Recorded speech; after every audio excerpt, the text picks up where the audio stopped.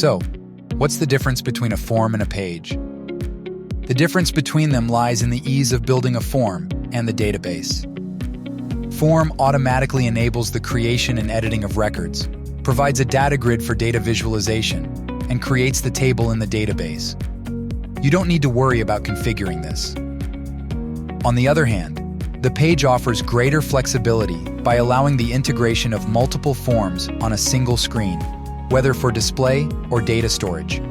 You can create static pages, dashboards, custom forms, and data grids, along with various other scenarios, as demonstrated in the page tutorials available on our channel.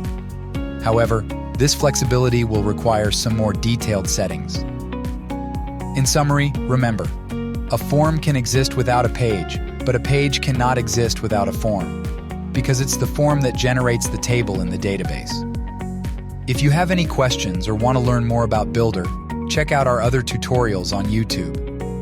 You can also reach out to us through our social media channels. Check the links in the video description.